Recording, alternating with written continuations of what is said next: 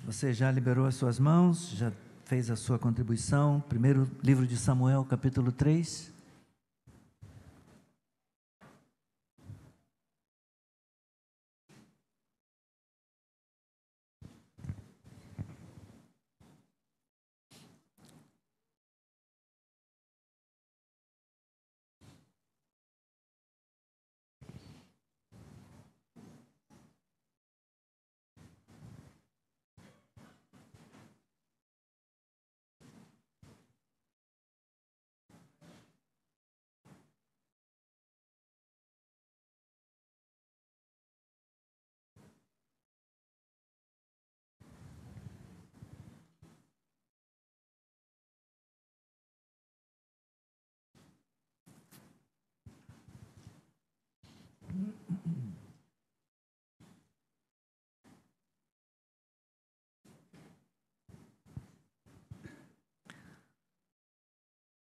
Deus fala com Samuel numa visão. O menino Samuel servia o Senhor diante de Eli. Naqueles dias, a palavra do Senhor era muito rara. As visões não eram frequentes. Certo dia, o sacerdote Eli, cujos olhos já começavam a escurecer-se a ponto de não poder ver, estava deitado no lugar de costume. Também Samuel estava deitado no templo do Senhor, onde estava a arca da aliança. Antes que a lâmpada de Deus se apagasse, o Senhor chamou o menino. Samuel, Samuel. Este respondeu: eis-me aqui. Então correu para onde estava Eli e disse: eis-me aqui, pois você me chamou. Mas ele respondeu: eu não chamei você. Vá deitar. Ele foi e se deitou. O Senhor tornou a chamar: Samuel. Este se levantou, foi até Eli e disse: eis-me aqui, você me chamou. Mas Eli respondeu: meu filho, eu não chamei você. Vá deitar. Porém Samuel ainda não conhecia o Senhor, e a palavra do Senhor ainda não havia sido manifestada a ele. E o Senhor chamou Samuel pela terceira vez. Ele se levantou, foi até Eli e disse: eis-me aqui, você me chamou. Então Eli entendeu que era o Senhor quem chamava o menino. Por isso Eli disse a Samuel: vá deitar. Se alguém chamar, diga: fala, Senhor, porque o teu servo ouve. E Samuel foi para o seu lugar e se deitou. Então o Senhor veio e ali esteve, e chamou como das outras vezes: Samuel, Samuel. Este respondeu: fala, porque o teu servo ouve. E o Senhor disse a Samuel: eis que vou fazer uma coisa tal em Israel, que todos os que a ouvirem ficarão com os dois ouvidos tinindo. Naquele dia farei contra Eli tudo o que eu disse a respeito da casa dele, do começo ao fim. Porque eu já disse a ele que julgarei a sua casa para sempre, pela iniquidade que ele bem conhecia, porque os seus filhos trouxeram maldição sobre si, e ele não os repreendeu. Portanto, jurei à casa de Eli que a sua iniquidade nunca será expiada, nem com sacrifício, nem com oferta de cereais. Samuel ficou deitado até de manhã. E então abriu os portões da casa do Senhor, mas estava com medo de relatar a visão a Eli. Então Eli chamou Samuel e disse: Samuel, meu filho. Ele respondeu: eis-me aqui. Então ele disse: o que foi que o Senhor lhe falou? Peço que você não esconda nada de mim. Que Deus faça com você o que bem quiser, se você me esconder alguma coisa de tudo o que ele falou. Então Samuel lhe contou tudo, sem esconder nada. E ele disse: ele é o Senhor, que ele faça o que achar melhor. Samuel crescia e o Senhor estava com ele, e não deixou que nenhuma de suas palavras caísse por terra. Todo o Israel, desde Dan até Berseba, reconheceu que Samuel estava confirmado como profeta do Senhor. O Senhor continuou a aparecer em Siló, porque em Siló o Senhor se manifestava a Samuel por meio da palavra do Senhor. A palavra de Samuel veio a todo Israel. Israel saiu à batalha contra os filisteus e acampou em Ebenezer, e os filisteus acamparam em Afeca. Senhor, obrigado pela tua palavra. Obrigado, Senhor, pelo privilégio e pela bênção de termos a tua revelação. Obrigado, Senhor, pela sublimidade de termos a dádiva do Espírito Santo em nós, iluminando o nosso entendimento, de modo a compreendermos a tua palavra. Ó Senhor, exorta-nos nesta manhã. Ó Senhor, disciplina-nos, corrija-nos nesta manhã. Ó Deus, encoraja-nos nesta manhã com a tua palavra. Traz-nos arrependimento, Senhor, conserto e perdão, em nome de Jesus. Amém. Amém. Podem sentar.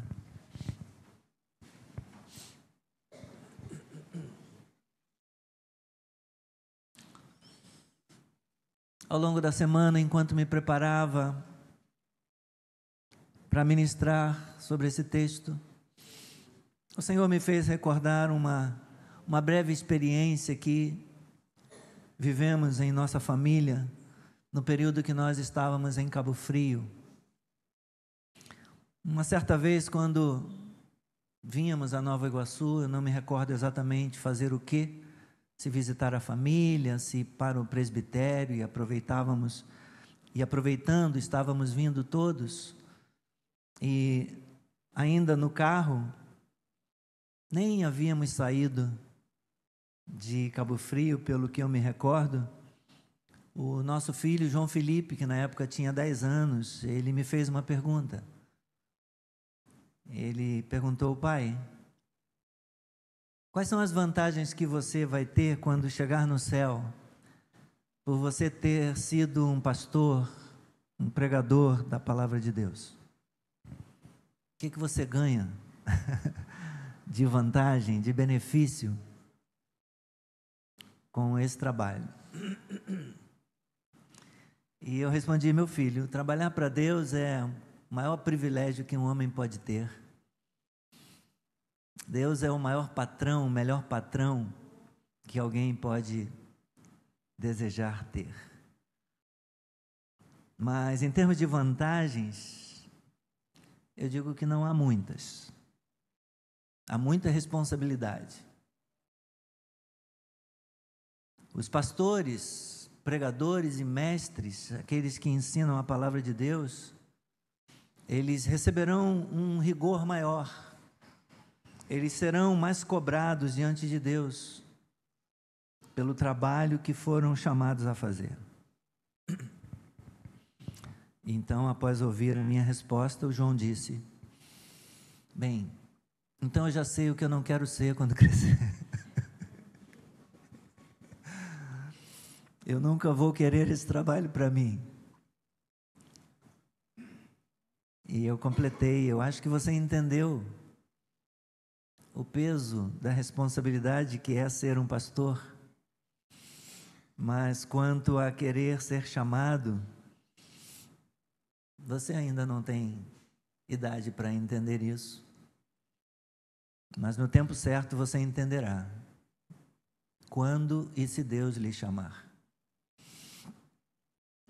Irmãos, essa breve história nos ajuda a compreender a seriedade do ministério pastoral, a seriedade do sacerdócio, porque a quem muito é dado, muito é cobrado. Aqueles que têm a oportunidade e a responsabilidade de ministrar, de pregar, de ensinar a palavra, prestarão contas, darão contas a Deus do que fizeram com os dons, do que fizeram com o seu chamado. O texto que lemos e sobre o qual nós vamos refletir nessa manhã é um texto cujo ponto principal é juízo. Juízo de Deus sobre a casa do sacerdote. Não apenas sobre o ministério sacerdotal de Eli, sobre a sua descendência, sobre a família sacerdotal. Portanto, é uma palavra de juízo. Esse evento, ele se deu perto do final do período dos juízes, na transição do período dos juízes para a monarquia. Foi um período crítico, foi uma época marcada por fomes severas naquela região, como nós tomamos conhecimento pela história de Noemi e de sua família. Eles tiveram que migrar de uma região para outra por conta da fome que se abateu sobre aquele lugar. Foi um período de apostasia e idolatria do povo de Israel, que se deixou influenciar pelos outros povos que habitavam na terra de Canaã, para onde os israelitas haviam sido levados depois de deixar o Egito. Foi uma época de degeneração espiritual, de degeneração da fé, uma época de corrupção e degradação também do sacerdócio. Fato esse que culminou com o juízo de Deus sobre a casa de Eli e sobre o sacerdócio. Vamos então olhar como que o narrador nos conta essa história. Ele começa descrevendo um pouco dessa época, do que estava acontecendo nesse período, no versículo de número 1. O menino Samuel servia o Senhor diante de Eli. Naqueles dias, a palavra do Senhor era muito rara. As visões não eram frequentes.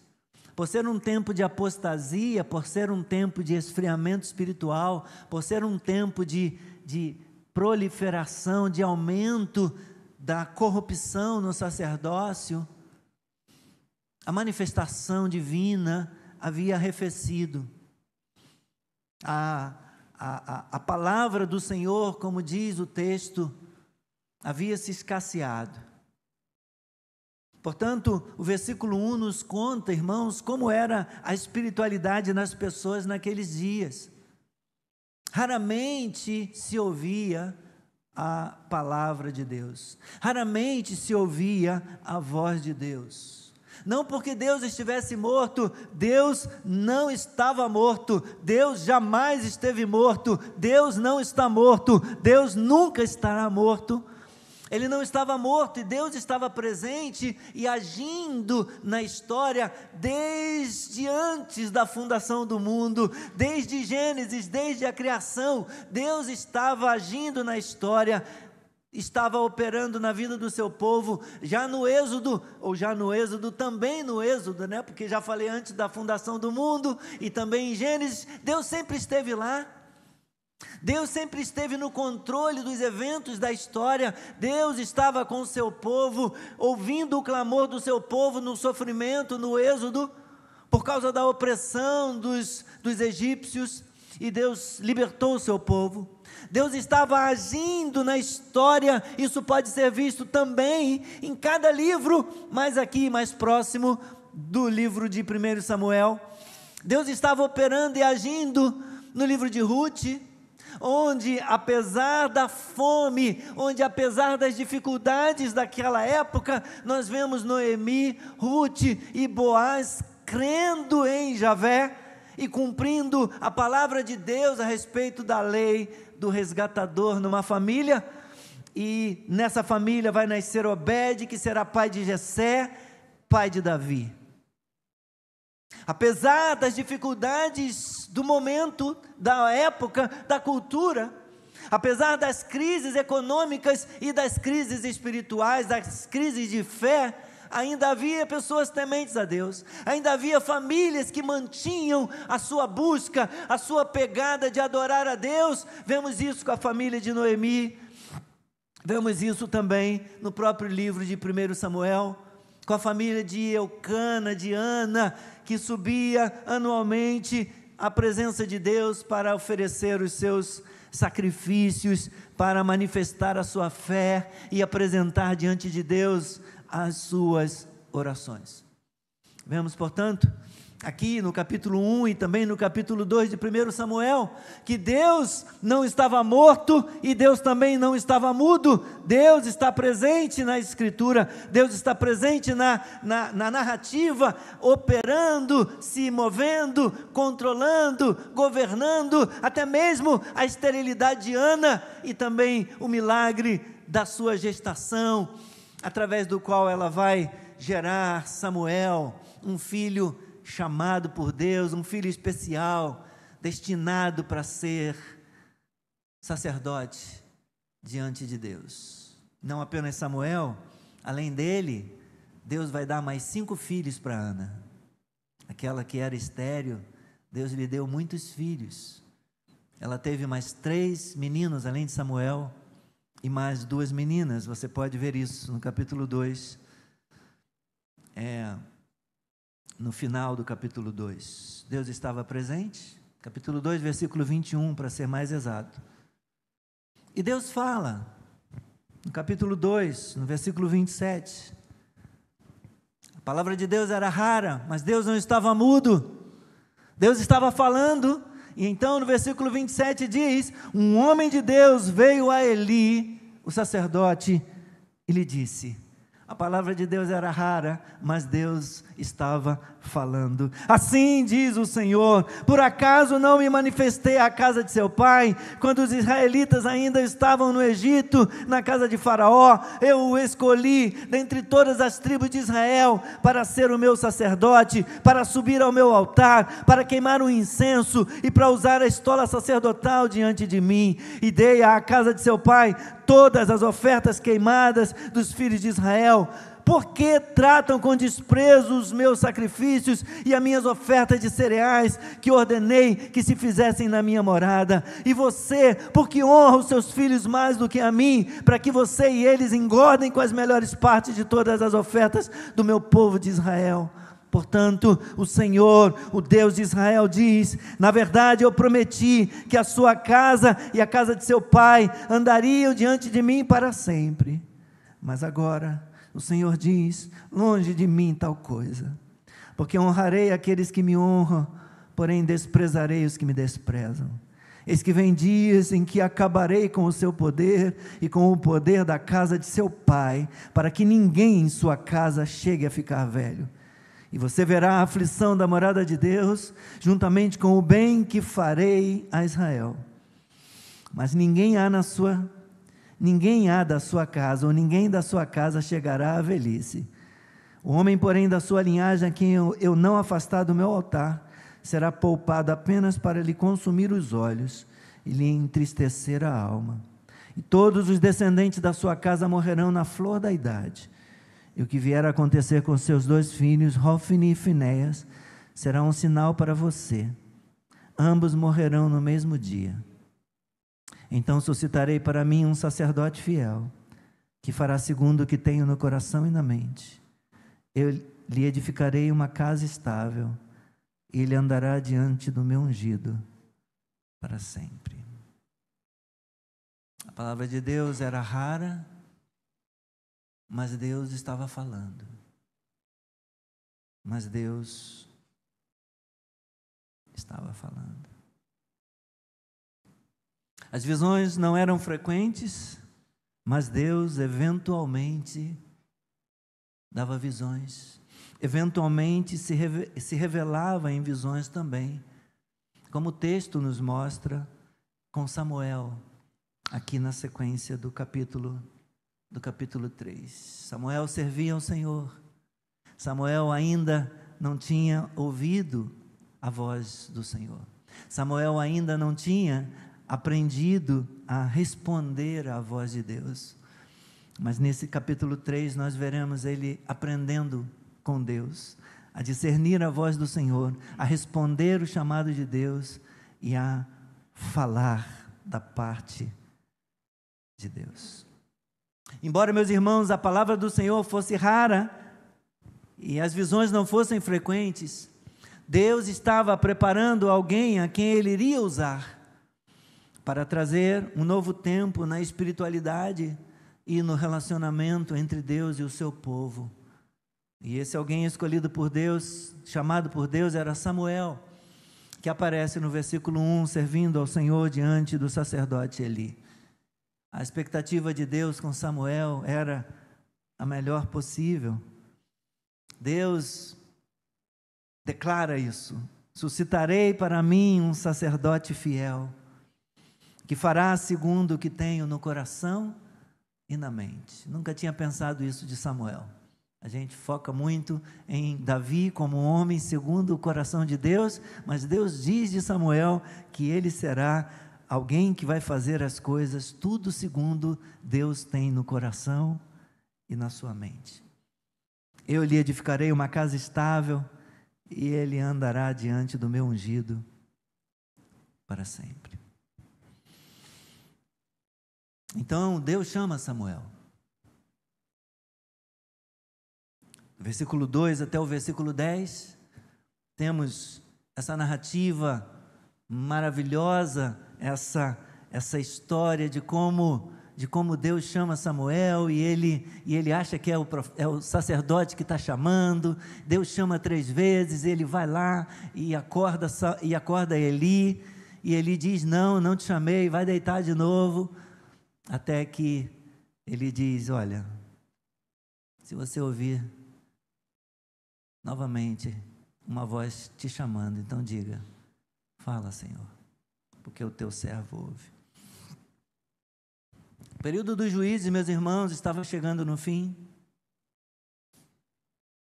E o fato de Eli, o profeta ou o sacerdote, às vezes ele era profeta, ele era juiz, ele era sacerdote em Israel.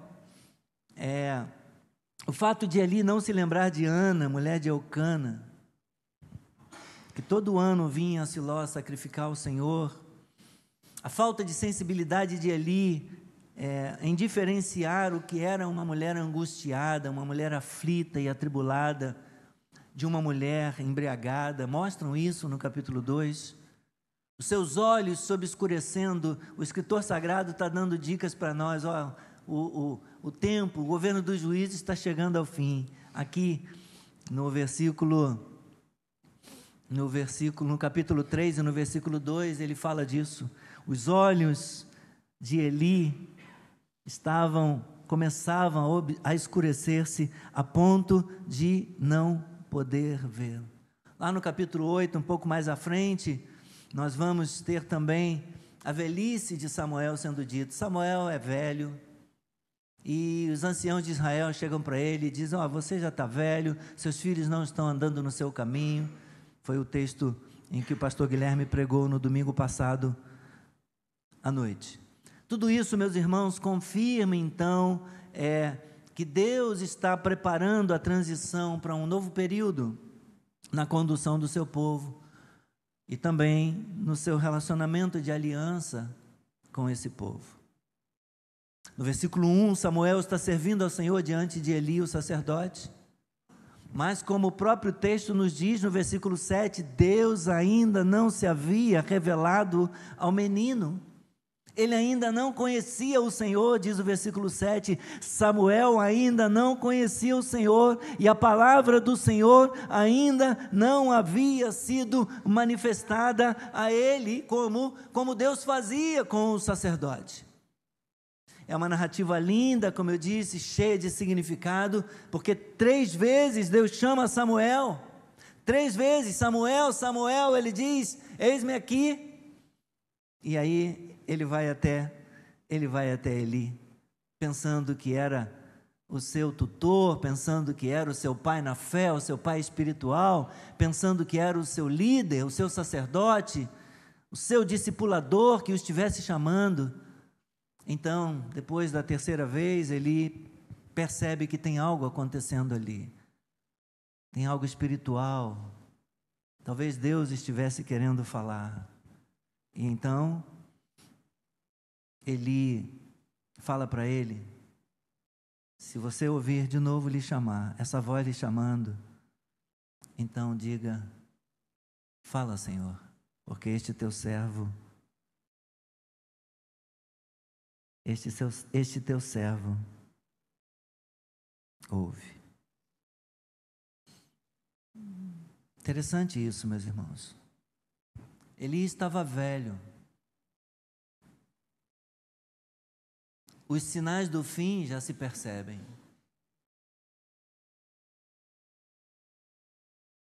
A mão de Deus está pesando sobre ele. Deus está trazendo juízo sobre a vida dele. Mas era ele que discipulava e mentoreava o pequeno Samuel. Assim, Eli ainda era referência de líder espiritual na vida de Samuel. Isso mostra a relação respeitosa e honrosa de Samuel em relação a Eli. Mesmo tendo falhas, mesmo errando e atraindo o juízo de Deus sobre si, Eli, o sacerdote, era o líder espiritual de Samuel e como um pai para ele.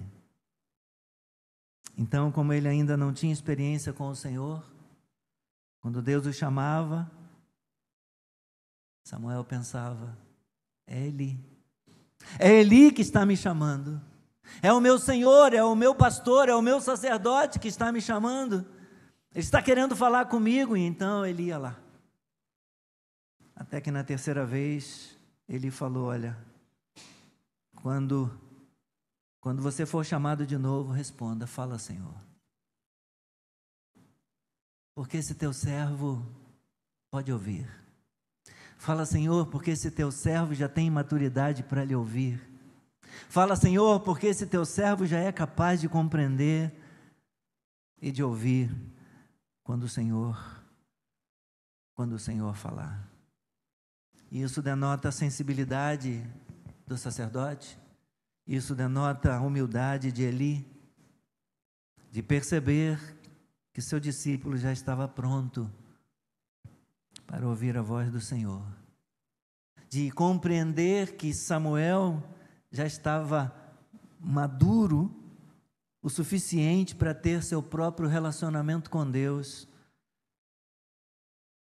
não apenas como um servo de Deus, mas também como o novo sacerdote. Não apenas como sacerdote, mas como profeta de Deus.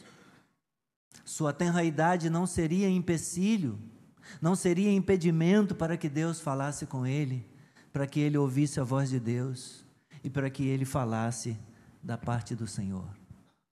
E desde aquele momento ninguém deveria desprezar a mocidade de Samuel. Desde aquele momento Samuel teria respeito, Samuel teria autoridade como profeta na casa do Senhor. O Senhor então chamou Samuel pela quarta vez. E ele respondeu como Eli o havia instruído: fala, porque o teu servo ouve. E o que vamos ver a seguir, meus irmãos, é que a palavra de Deus não é como caixinha de promessas, onde a gente escolhe lá e tira um versículo e só sai bênção, e só sai prosperidade, e só sai vitória, e só sai palavra de sucesso. A palavra de Deus não é como as antigas caixinhas de promessa. Ainda existe isso? Não, melhor não levantar a mão. Eu só perguntei se existe, nem perguntei se alguém tem caixinha de promessa. A palavra de Deus não traz somente promessas de bênçãos, de prosperidade e de vitória, não, meus irmãos. A palavra de Deus traz juízo também. Então, Vejamos os próximos versículos. Versículo 11 ao versículo 14. Eu não sei se nós gostaríamos de estar no lugar de Samuel. Samuel é apenas um menino, começando a sua jornada, sendo preparado para ser um profeta, para ser sacerdote. Ele, eu falei Eli, mas não Eli, ele vai ter um ministério tríplice, ou um ministério triplo. Ele vai ser juiz, sacerdote e profeta do Senhor em Israel. O Senhor disse a Samuel, versículo 11: eis que eu vou fazer uma coisa tal em Israel, que todos os que a ouvirem ficarão com os dois ouvidos tinindo, ou zunindo, ou ecoando, reverberando, como se tivesse um eco aqui. Naquele dia, farei com Eli tudo que eu disse a respeito da casa dele, do começo ao fim. É o que nós lemos aqui no capítulo 2, 1 Samuel 2, e do versículo 27 até o versículo 34. Eu vou executar juízo sobre a casa de Eli. Tudo que eu disse a respeito da casa dele, do começo ao fim, porque eu já disse que a ele que julgarei a sua casa para sempre, pela iniquidade que ele bem conhecia, porque os seus filhos trouxeram maldição sobre si, e ele não os repreendeu. Portanto, jurei à casa de Eli, que a sua iniquidade nunca será expiada, nem com sacrifício, nem com oferta de cereais. Deus já tinha usado uma palavra profética, uma palavra de juízo como essa, uma palavra severa em outros momentos, como no segundo livro de Reis, no capítulo 21, e essa palavra aqui, meus irmãos, aqui nós temos a tensão dessa narrativa, o clímax dessa narrativa, está aqui do versículo 11 ao versículo 14. Essa palavra tem a ver com a palavra profética, e veja, capítulo 21, de segundo livro de Reis, no versículo 12, para termos uma ideia da gravidade e da tensão daquele momento. Assim diz o Senhor, porque em outros momentos na história de Israel, Deus julgou o seu povo, Deus julgou a liderança do seu povo. Assim diz o Senhor, Deus de Israel, versículo 12: eis que trarei uma desgraça tão grande sobre Jerusalém e sobre Judá, que todo aquele que ouvir a respeito dela ficará com os dois ouvidos tinindo. E aí vem: estenderei sobre Jerusalém o cordel de Samaria e o prumo da casa de Acabe, eliminarei de Jerusalém como quem elimina, ou eliminarei Jerusalém como quem elimina a sujeira de um prato, limpando e virando de boca para baixo. Abandonarei o remanescente. É uma palavra de juízo, é uma palavra dura, é uma palavra severa, meus irmãos, que Deus estava trazendo sobre o sacerdote, sobre a sua casa, que está de acordo com a profecia de Jeremias no capítulo 19, no versículo 3. Foi essa palavra que Deus deu para o menino Samuel. Mais difícil do que ouvir uma sentença dessas é ter que entregar a sentença depois. Já é difícil ouvir de Deus uma palavra dura. Não, mas você não vai apenas ouvir essa palavra dura, você vai entregar essa palavra para alguém. E esse alguém é o seu chefe.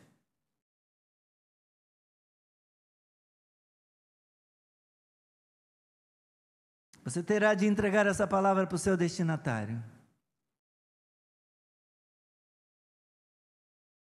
E ele é só uma criança. Apenas um menino. Nós temos de ser fiéis naquilo para o qual Deus nos chamou, meus irmãos, porque nós prestaremos contas a Deus do que Deus nos chamou para fazer. O texto diz: na sequência, que Samuel ficou deitado até de manhã. Eu ficaria deitado até o almoço.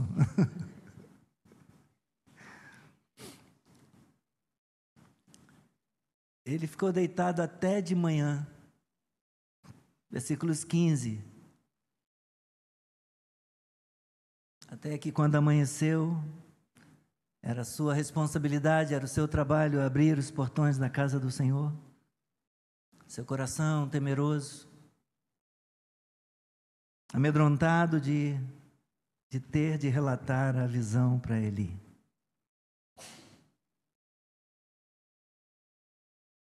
Então Eli o chamou. Samuel, meu filho. Ele respondeu, eis-me aqui. O que foi que o Senhor falou com você?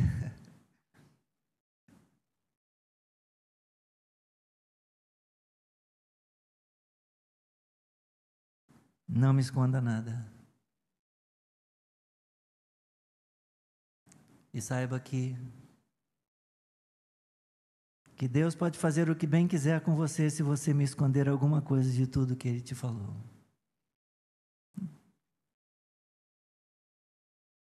Então Samuel contou tudo. Sem esconder absolutamente nada.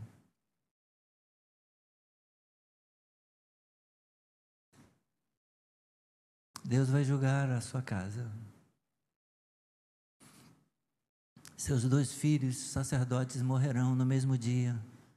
Isso vai ser um sinal para você. Você vai morrer também.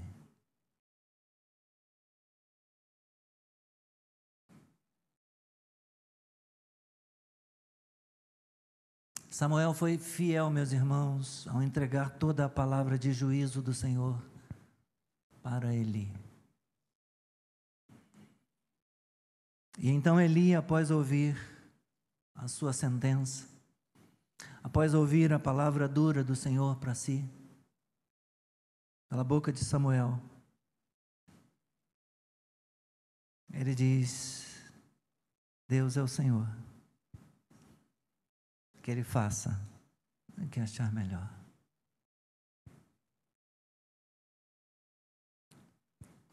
Vivemos um tempo, meus irmãos, em que não somente a voz de Deus, a palavra de Deus é escassa, muitas vezes nos púlpitos das igrejas. A palavra de Deus é escassa no coração de muitos do povo de Deus.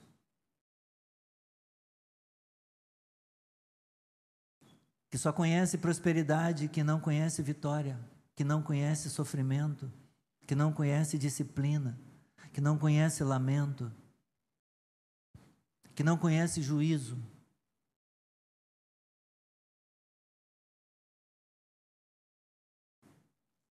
E muitas vezes, quando há disciplina, onde há disciplina em determinadas igrejas, em algumas igrejas, o povo não se submete, e às vezes não somente o povo, às vezes os sacerdotes também.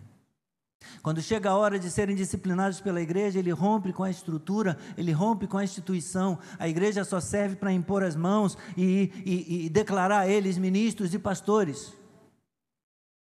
Mas na hora da disciplina não serve. Eles não se submetem à disciplina.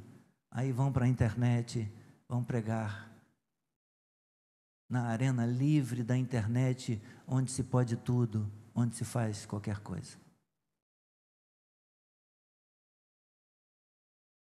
E o povo de Deus, quando tem de ser disciplinado, sai da igreja, vai para outra igreja.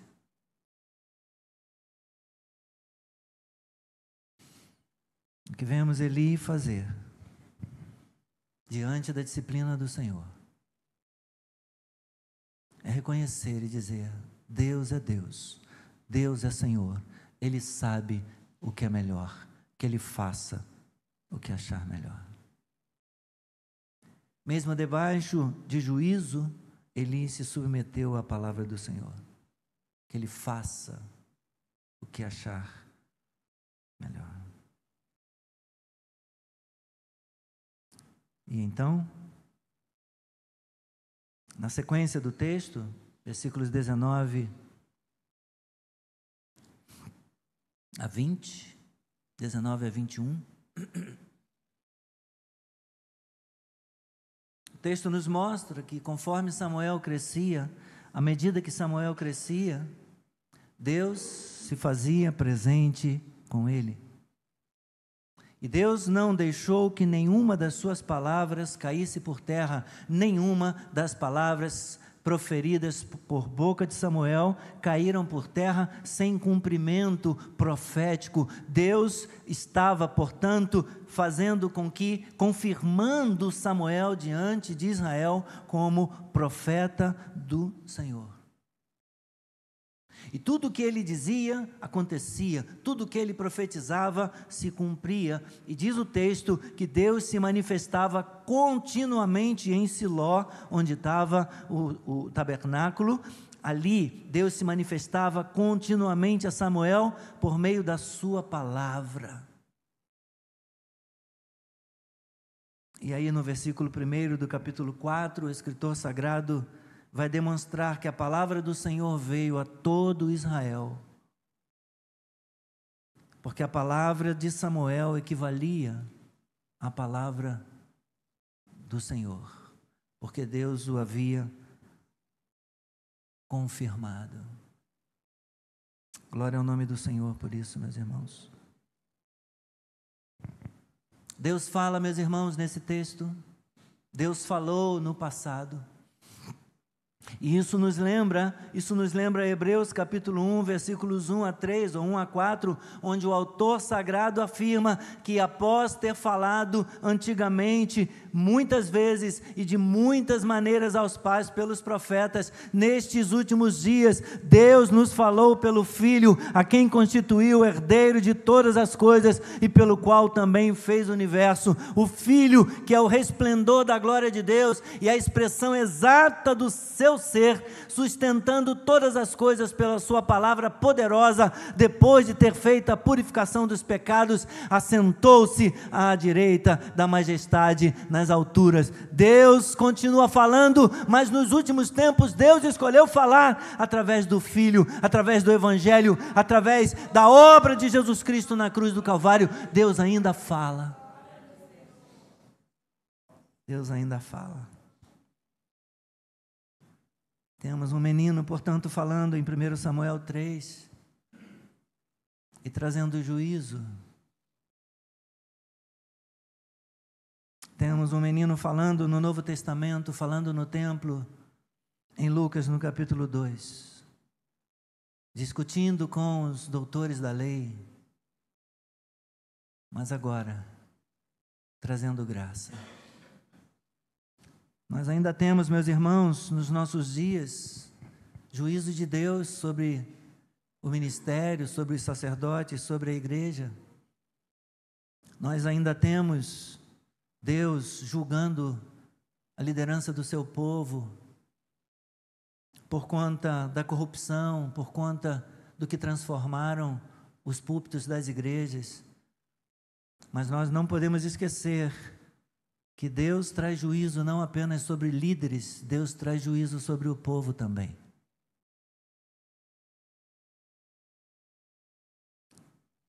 Segundo Reis, o texto que nós lemos, foi no período em que Manassés fez absurdos, até sacrificar crianças a Moloque. Mas Israel se corrompeu seguindo os Baalins. O povo se corrompeu tanto quanto os reis, porque não havendo profecia, o povo se corrompe. A liderança da igreja se corrompe, mas a igreja igualmente também. A liderança da igreja precisa se consertar diante de Deus, mas o povo de Deus também precisa se consertar. Essa é uma palavra severa, essa é uma palavra de correção, essa é uma palavra de disciplina, essa é uma palavra de juízo. Mas ao executar juízo sobre o seu povo, Deus se lembrou de ter misericórdia. E por isso Ele enviou o seu Filho. Estamos perto de terminar. Abre a porta, por favor. Estou achando que está um pouco abafado, está um pouco quente aqui. Obrigado. Deus enviou Jesus Cristo, meus irmãos. Antes que a lâmpada de Deus se apagasse, Deus chamou Samuel. Deus se revelou a ele. Deus falou com ele. Antes que a lâmpada de Deus se apague. Precisamos nos lembrar, meus irmãos, que a graça de Deus por meio de Jesus Cristo proporcionou purificação dos nossos pecados. Cristo fez expiação em nosso favor, de modo que nós recebemos o perdão dos pecados.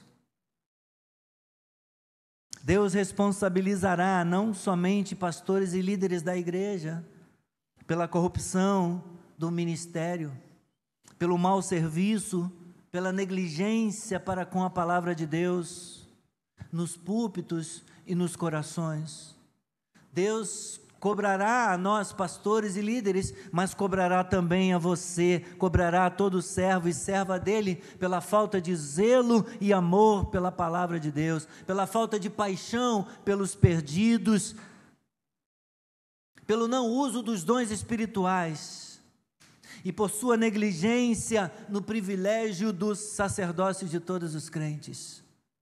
Porque antigamente Deus escolhia alguns para sobre eles derramar o seu Espírito, Deus escolhia uns ou outros para usá-los na condução do seu povo, mas agora, depois do Evangelho manifestado na pessoa de Jesus Cristo, já não há mais apenas alguns. Deus decidiu derramar o seu Espírito sobre toda a carne. Deus decidiu revelar-se e colocar a palavra profética na boca de todo mundo. Deus declarou que todos agora são sacerdotes, a fim de oferecer sacrifícios agradáveis a Deus, na presença do Senhor. Nós que não éramos povo, mas que agora somos povo, uma nação santa, um sacerdócio santo, a fim de oferecer sacrifícios agradáveis diante de Deus. Todos somos sacerdotes, sacerdotisas do Senhor. Todos temos responsabilidades, meus irmãos. E, portanto, antes que a lâmpada de Deus se apague, precisamos nos arrepender, precisamos confessar nosso pecado, precisamos pedir perdão ao Senhor e nos consagrar de novo ao serviço do Senhor e na proclamação da sua palavra. E nesse sentido, antes de encerrarmos, eu quero convidar você para dobrarmos o nosso joelho por um instante, em sinal de contrição e confissão, de arrependimento diante do Senhor.